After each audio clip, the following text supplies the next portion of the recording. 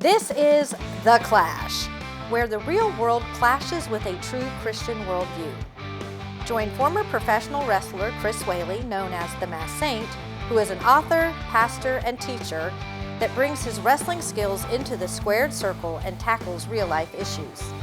Along with Jeff Dixon, best-selling author, internationally known teacher, leader, and pastor who is not afraid to tackle the tough issues of the world we live in. Together they form a tag team of wisdom in The Clash.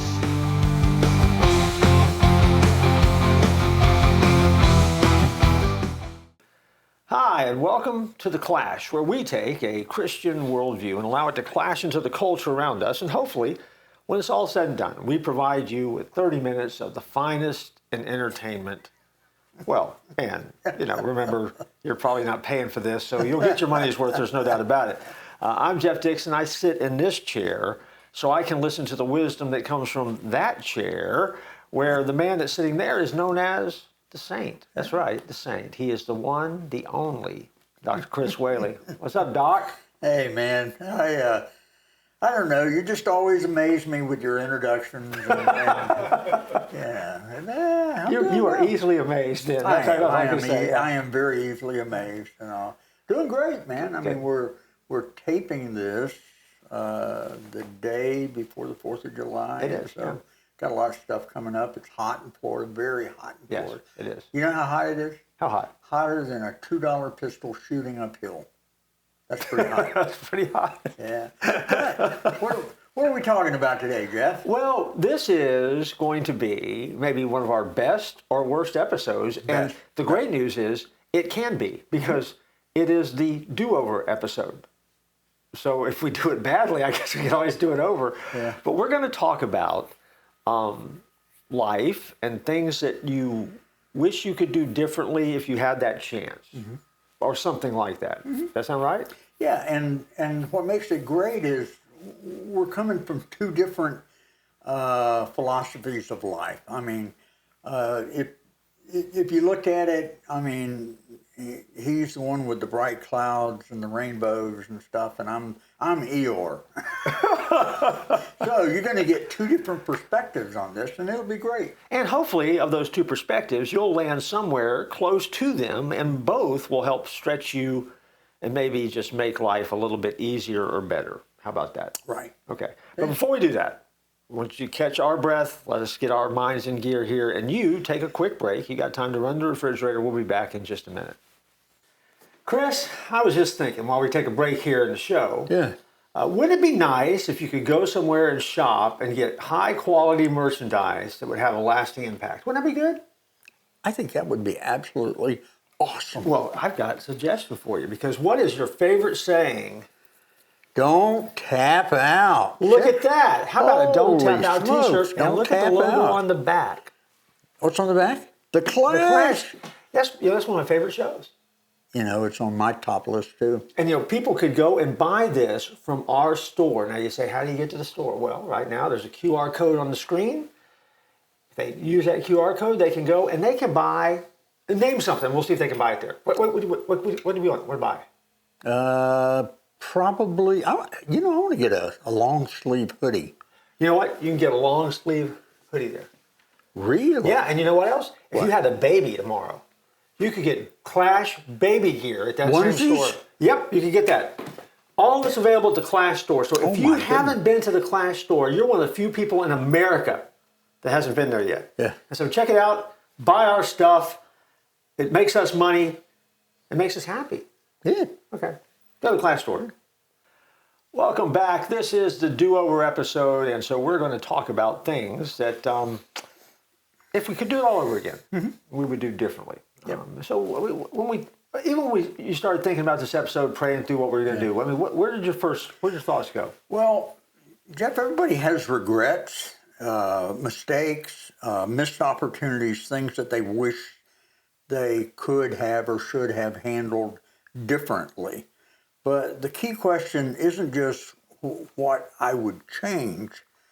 It's also, what do I do with regret now? Everybody has regrets because of something from the past. And so I'm asking our audience, if you could go back and do life over again, what would you change?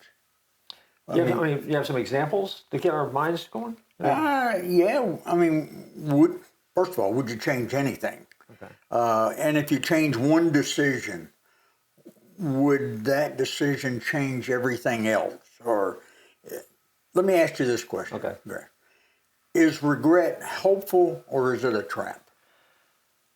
I think regret is a trap. Okay. I agree. And the reason I think regret is a trap is because, I think we go back and we pull the biblical model on top of this, and Jesus said, he came to set the captives free. Well, what did he free us from? He freed us from sin, he freed us from our past, freed us from guilt. Right. So I think we go to the cross with all that junk, right? Mm-hmm. And when you get to the cross, and you look upon love, you leave it there. Mm-hmm. And then you leave the cross different, following Jesus. Yeah. And I think that regret is one of those things where if you're not careful, it keeps you from leaving the cross, but also it keeps you caught in that cycle of guilt. And you never get to take the journey God has for you because you keep taking steps backwards. Mm-hmm. Now that's probably a cosmic answer to the question, but I like that because here's the good thing about it. Can God use the parts of your life that you wish had never happened? Can He use that?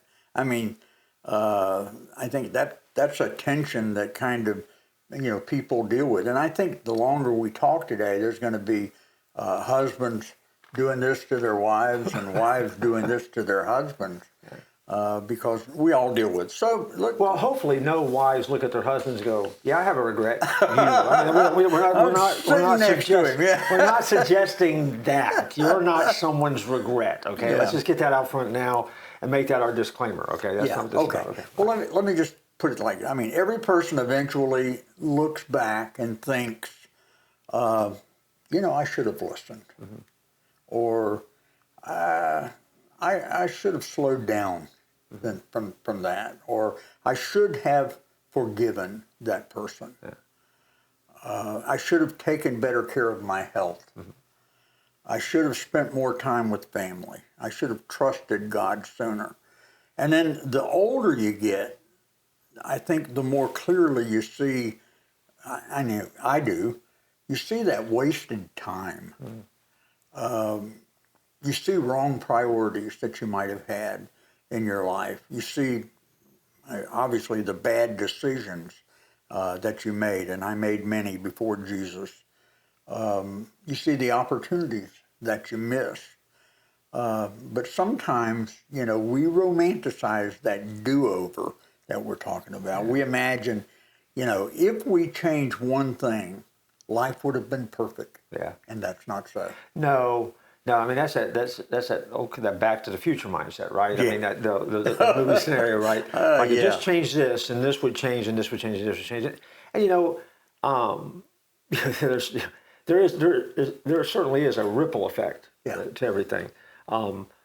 But also, if you think about it too, that's where Marvel has made such a killing in the multiverse concept, right? There's all of these multiple universes are happening. So I think I approach it from the standpoint of that there's nothing that I've done, nothing that you've done that surprised God.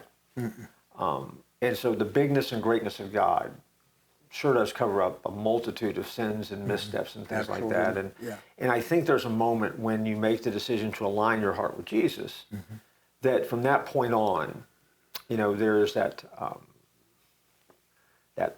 it's my way theology, right? I mean, again, when Sinatra did it, Elvis did it. It's a dumb song, but there is a line in there that really does resonate. It's like, regrets, I've had a few, but then again, too few to mention. Of course, the punchline is I did it my way. I want to do it God's way.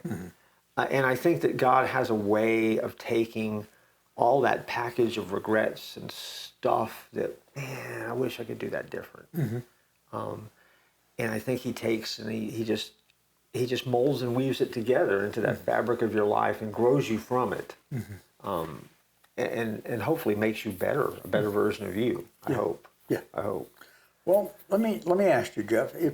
and I know you're a non-regretful person, I know that, but if you could change one thing, would it be a decision? Would it be a relationship? Or would it be a season of life? Well, I mean, again, you said it right. I'm not a regretful person. It's not because I'm arrogant. It's just because I'm too busy trying to move forward. I don't know. I'm sure that there are decisions along the way that if I could make them at my age now that I made when I was younger, I probably, certainly would have made a different or better decision. I mean, and there's not a big one that just jumps out. But what I guess would cause me to lose sleep at night is, what about all the little ones, that I would make differently now that I didn't think about back then. That was just so impulsive back then. And I think that probably is the regret that I have more than anything else. I'm pretty impulsive and I'm pretty quick to make decisions and move forward. That can be a strength, but it also can be a weakness if you're not careful. And so hopefully over the years I've aligned that better with Jesus. Yeah. Hopefully those quick decisions and the clarity of those decisions is quicker. When I made them, when I was younger, I was clear. I mean, I probably got exactly the results I thought I was going to get. Yeah. But they may not have been the wisest. Yeah. Well, I'll be very honest with you and tell you that there's so much that I would have done different. And one of the big ones is this. My dad had a third grade education. He was a long distance truck driver. He grew up, after the Depression, and he did not have a father. And my mom had a 7th grade education. And so, as you can imagine, education was not pushed in my household. Never had one of them say, "Hey, let me see that report card." Never had, how you doing in school? Hey, if they got a call from the principal because I was fighting or whatever, that was one thing. But the other stuff, they didn't.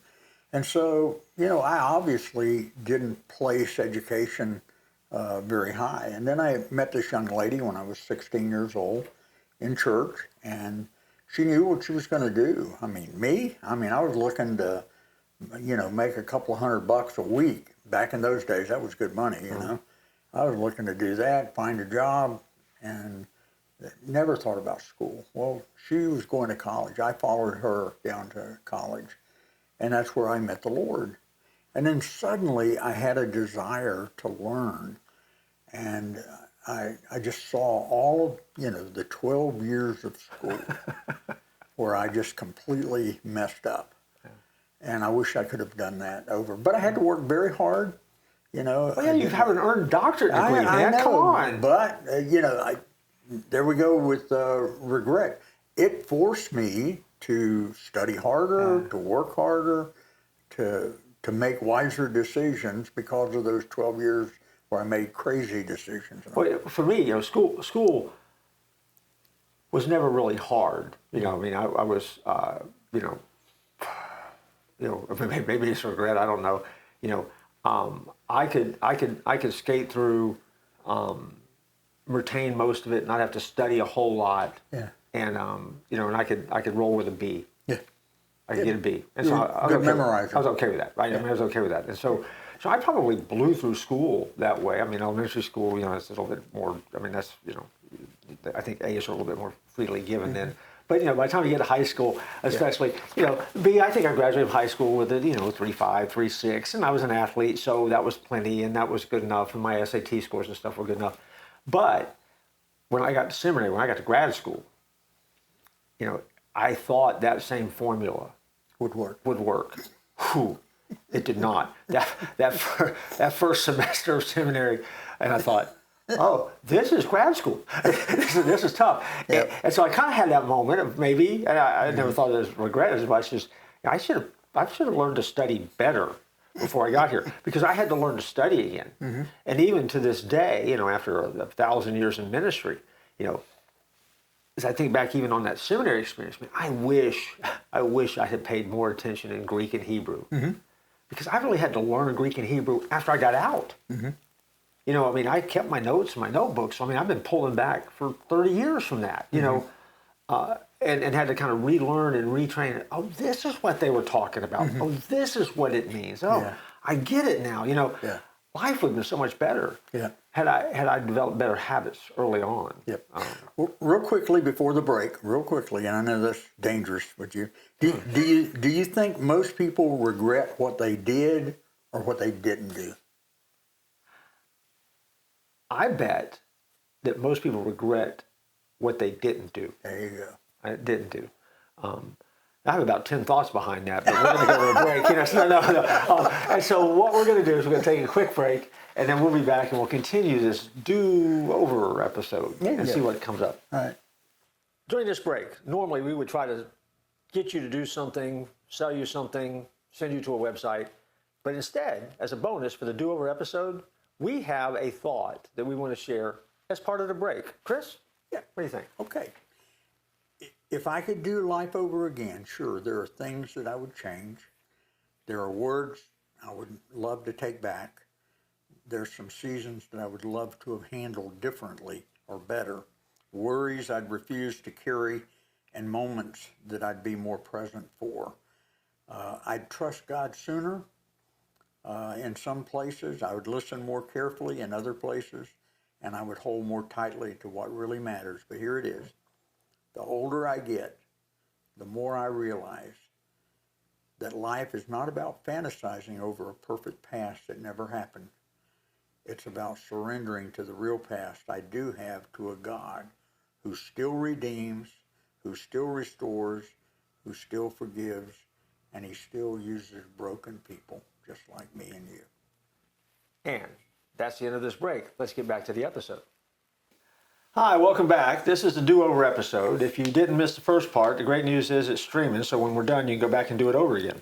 How about that? But we're talking about things that we would do differently if we got the opportunity, and we're kind of talking, bouncing ideas back and forth, because we come, you know, at life with you know, not a different approach. We're living for Jesus, but, you know, just the way we're wired. Everyone's wired different, right? And we said, when we kind of established at the front end, I'm not a big regret guy. But, you know, I build on the biblical model, though, Romans 8:28. You know, we know that in all things God works for the good of those who love him. You know, I just trust in that grace of God in my life. And for me, Chris, a lot of it is just simply just that basic understanding, you know, when Jesus tells us to put our hand to the plow and not look back. You know, I think we can do ourselves a disservice and God a disservice if we look back too much. And I say that, nothing wrong with looking back and being honest and taking responsibility. But, you know, you only can go forward. And if you're going to go forward and plow straight, you know, I think there's value in that, because I think you asked the question just before we went to the break, you know, is it things that we didn't do or things that we did that we regret the most? And I think it's things we didn't do. You know, it's kind of like coming to that fork in the road and picking up a spoon and a knife instead. You know, and I think there's that game we all mentally play of, well, what if? What if I could have? Or what if I had done this instead? And I think those are the things that kind of gnaw and eat at you. Yeah. And if you're not careful, you know, they really can leave you depressed. Right. You know, make you regretful, and put you in a hole if you're not careful. Right. And I think that's what you really have to kind of battle against, because Jesus didn't die to make you regret anything. He died to make you free. And so for me, I mean, you know, you try to incorporate that, you know, which is infuriating to people, though, who like to unearth the past, or let's dwell into your feelings, and let's dwell into, you know, what it is in your background that causes this. Yeah, I know a lot of psychologists. Yeah, like that. I don't have time for that. I mean, again, life's too short. I mean, life is too short to spend your time there. I think the call of God is always a call forward, and I think sometimes regret keeps you from moving forward. Right. At least that's been my experience. I've dealt with people. I mean, they come in my office for years, and so many regrets. Can't get past them. can't become what Jesus wants me to be. Right. You know? Yep. What do you think? Well, there's some good stuff that we, try to pull the good stuff out of it. You know, what people most often wish they could change. And there's some good things in there, when it comes to relationships. If there's been times in your past when you have not told people you love them. Sure. Boy, now's a good time to start. Yeah. Or people who stayed angry too long. Get over it. Not forgiving. Being absent while physically present. You ever done that? Oh gosh, yes. Oh man, yeah. I've done that. Miles away. Yeah. I've done that with the family. Sure. And that's what I. Yeah.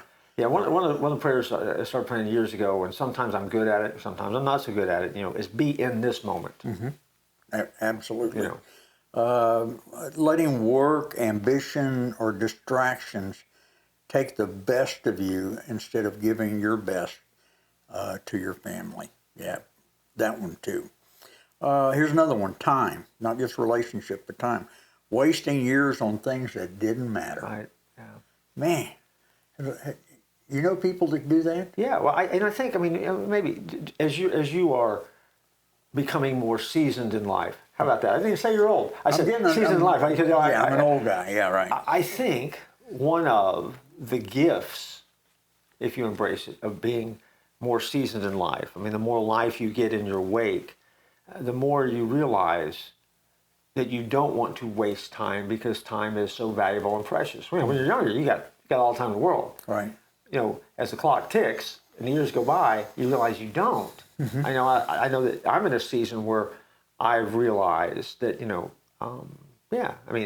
want to put my time, invest my time in the things that God has created me for, that God has called me to. I want to give those things my best. Right. And that branches out into every area. But I don't want to waste time that I have, if that makes sense. Absolutely. Yeah. We don't want to live for someday. We want to live that someday right now. Yeah. Yeah. No doubt. One thing, my dad had all kinds of expressions. This is one of his expressions. And I heard him say this, I don't know how many times.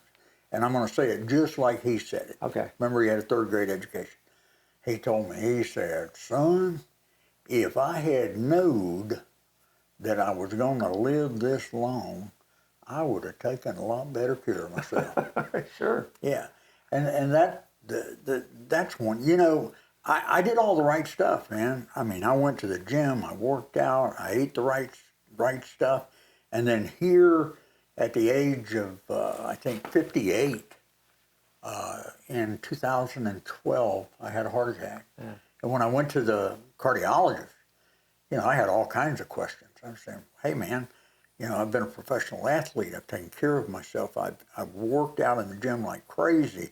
I've pushed my body. I have done this and done that and eaten the right stuff. And my dad's in his 80s, no heart problems. My mom's in her 80s, no heart problems. And then here I have a heart attack. And he looked at me, he said, how's your stress?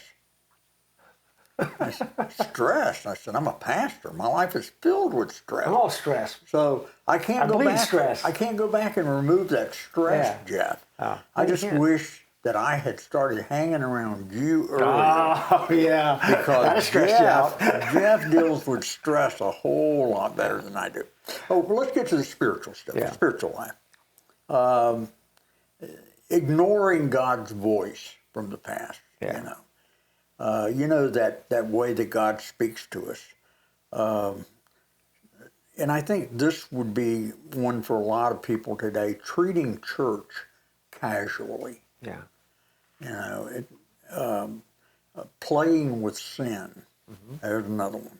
Or delaying salvation or a deeper obedience to Him. Building a public image instead of a private walk with God. Yeah. And those spiritual regrets, Jeff. Yeah.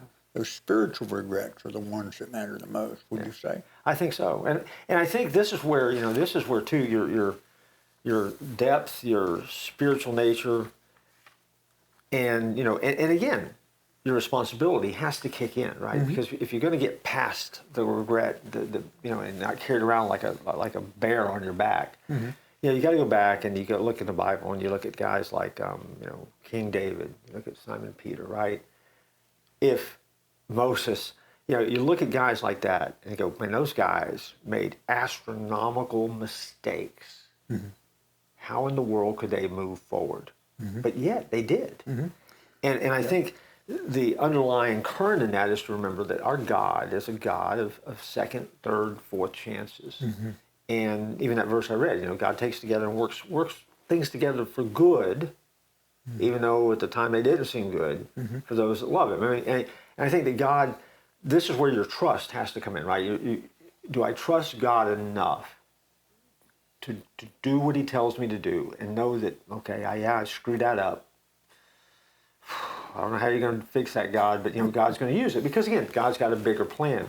And I think the other thing is too, and I'm convinced that one of the things that keeps us stuck in regret mode is that it's not just our regrets, but we want other people to regret what they did to us.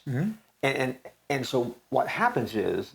And help them with that. Yeah, we get sucked into their vortex of, if you would have just done this better, and if you just own that, I could be better, And so I get trapped by what I want you to regret, regret really becomes far more serious than we really even talk about it sometimes. Right. Because again, we know that we are broken and we're flawed and we make mistakes. I've made them, you've made them, our audience has made them.